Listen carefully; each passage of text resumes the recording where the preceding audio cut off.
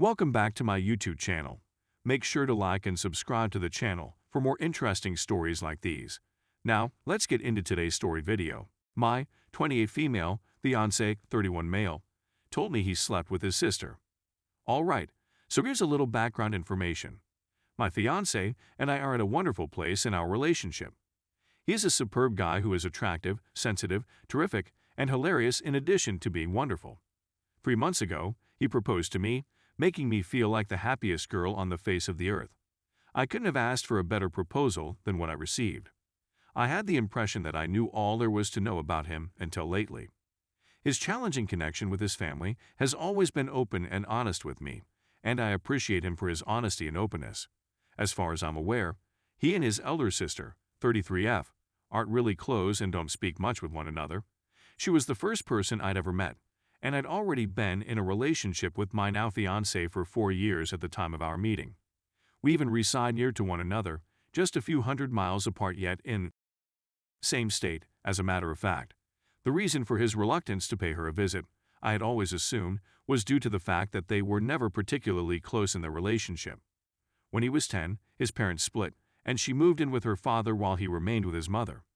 It was always to get him to pay a visit to her and her children, since I wanted him to have a sense of belonging with his nieces and nephews.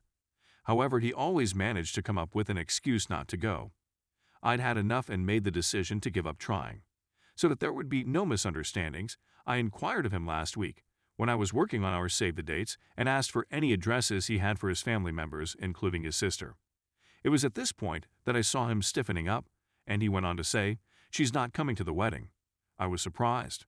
In spite of the fact that I'd given up on trying to get him to date her, it seemed strange to me that he wouldn't want her to be a guest at his marriage ceremony. Honestly, I'm praying that this was an isolated incident and that it never happens again. In the end, he couldn't come up with anything more imaginative than "we don't get along." I urged him for an explanation, but he couldn't. In the course of my questioning, I said something to the effect that I didn't want him to feel bad about not inviting her, and he promptly responded by saying, "I slept with her, okay." I stayed steadfast in my convictions, and he reacted by saying, "I slept with her, all right?" The only thing I could do was sit there and stare at the ceiling, bewildered. Nonetheless, after the full force of his remarks has sunk in, I must further information in order to choose my next course of action. After much prodding, he eventually admitted that they had met around 2 years before we did, and that they had both been under the influence of alcohol at the time of their encounter. However, I wasn't sufficiently inebriated to be able to forget about it. Was it not the fact that he offered his apologies that continued to excite him on? These kind of incidents do happen from what I understand, but I'm not sure what to do in this particular scenario. Despite the fact that I'm meant to be putting together a wedding, I'm not sure I'll be able to look at him the same way after this experience. Of course, he continues to have a special place in my heart. That continues to be the case today. However, I'm concerned that this will be something I'll never be able to get over. What should I do if I find myself in this situation? Is it essential for me to cancel my wedding? Is it necessary for me to cancel my wedding? Is it worthwhile for me to continue on this path? Is it really essential for us to go to therapy for something that I'm not even sure I want to think about right now? Any aid would be much appreciated. Edit. In response to several inquiries, I am now seeing a therapist on a regular basis. I've been there for approximately a year. I have an appointment next week, which I haven't had since he informed me. I'm proposing that he go to treatment as well, whether or not I decide to continue with him. I also know that my prying and nagging was ineffective. I know I'm not flawless. Story 2.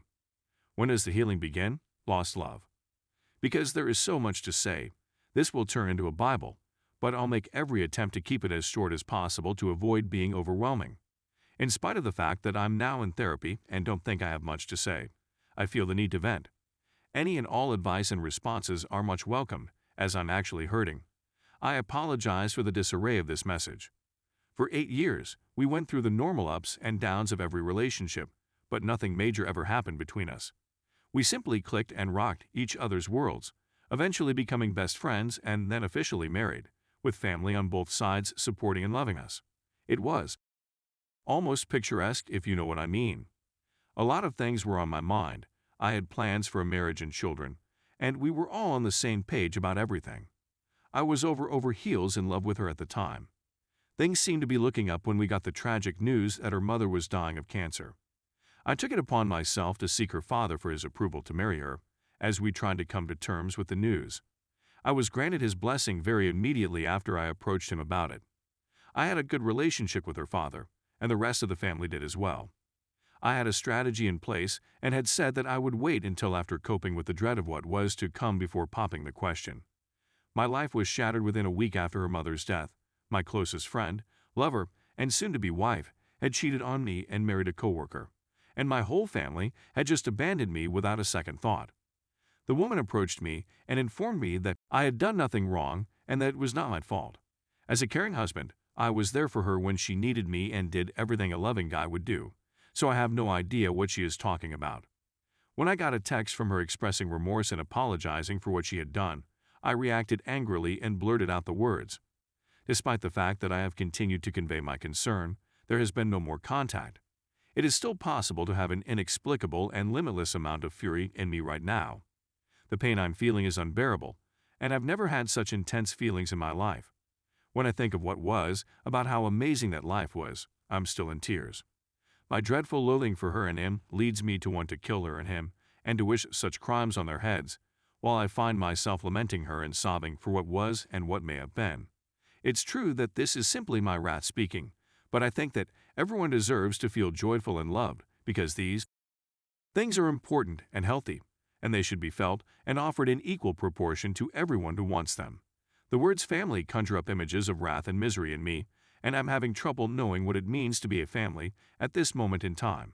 Since then, I've sought counseling, but I feel like I'm trapped in a cycle of self-deprivation as a result of it, constantly questioning myself, having random breakdowns, sobbing, or experiencing an enormous rush of hatred and rage, and wondering why someone would say I love you and then do these things to you. I'm not sure what I'm doing wrong. The depths to which I've descended, feeling suicidal, worthless, and as if my life is about to come to an end are beyond comprehension. In order to feel numb, I've spent all of my own funds on drunken, drug-fueled binges and escapades. I've totally lost any sense of logic and self-control, and I don't think I'll ever be able to function as a responsible adult in the future. Yes, I realize that I should continue my therapy and that time will eventually heal me, but when will that be? Nonetheless, despite my overwhelming want to quit up, I've been doing all I can to continue moving ahead. The use of drugs and alcohol is no longer a part of my life, and I still struggle with it, but it's not the same as it was before, and it's not like I want to think about these things or be in this frame of mind anymore. Throughout the day, I tell my inner voice that I do not love her, that I do not love what was, that I do not miss her, that I do not miss what was, that everything feels wrong, that life seems to be in a bad way right now. As a result of this dreadful period, I am lucky to have people who have been by my side, including an old acquaintance from a decade ago who I reached out to for assistance when I needed it. If it weren't for these individuals, the medications and treatment, I believe I would not be where I am now. However, the ramifications of my actions continue to haunt me today. My mental instability has persisted for at least the last 6 or 7 months, despite my efforts to overcome it via various mental gymnastics. I'm sick and tired of it, and I'm done with it. We appreciate your understanding that this letter is lengthy and convoluted, but I thought I wanted to explain myself in a different manner. We appreciate each and every one of you taking the time to read this. I'd want to take this opportunity to convey my hope that everyone who has read this is in a good position at this time. Regardless of how little or serious the challenges you are experiencing are, I wish you the best of health and a long and prosperous life, and I thank you once more for taking the time to read and react to my inquiries and also for your aid. You have a Merry Christmas and a Happy New Year in the year 2022, and everyone wishes you the best of luck.